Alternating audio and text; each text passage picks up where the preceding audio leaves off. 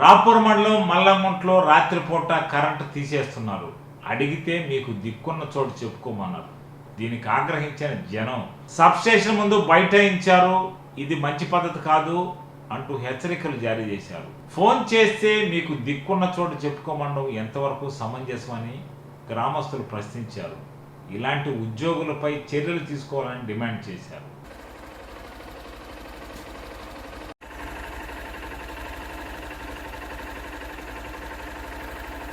మల్లంలో current తీసుకున్నారు, ఇంటింటిగా డబ్బు తీసుకోవడం లేదా?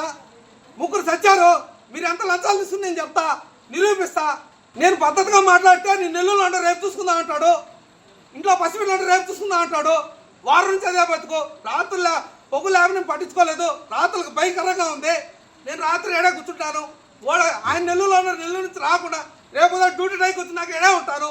ఆయన అట్ట చేయకుండా పోతాడో నేను నిరూపిస్తా. స్తంభాలు ఎన్ని పడతాయి? రాపూర్ నుంచే 5 స్తంభాలు పడతాయి. ఏమన్నా చేశారా? ఏమన్నా అంటే వాళ్ళు దుప్పులు కొడుతున్నారు, ఇది చేసుకున్నారని వీళ్ళే చెప్తున్నారు కలెక్టర్ వాళ్ళు. నన్ను అంటాడు, నీదేంద్ర అంటాడు. నువ్వు ఉదయం చూస్తా అంటే ఇంట్లో పసిపిట్లు నేనేం చేయాలా? వారం నుంచి పొగులు రాత్రులు ఎంత మొత్తం చేస్తున్నాడు. ఎవడు చెప్పుకోమంటాడు. నేను ఒప్పుకోను. ఎవడైనా సరే, అది ఎవరైనా అధికారైనా సరే, నాకు ఇప్పుడు వచ్చిందాక కథల్లో నేను ఒప్పుకోను. నాకు రావాల్సిందే. వచ్చిందా బాను, ఎవరికైనా సరే నేను వచ్చిందా బాను. మల్లంగుంట కరెంటు వివరం తెలియాలా? మాకెందుకు మాకు పగిలేందుకు సిద్ధార్థ రాపులేదు కలపడ 5 స్తంభాలు వేయలేరా? మీరు మల్లంగుంట ఎంత డబ్బు తిన్నారు?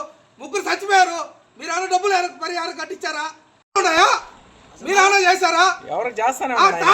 ఉన్నాయి, ఎన్ని కొంపలు ఉన్నాయి, రోడ్లు ఉన్నాయి. మనం ఉన్నా లేకపోయినా నేనైతే ఏడా ఉంటా, ఏడా కొనుక్కుంటా. నేనైతే ఒప్పుకోను.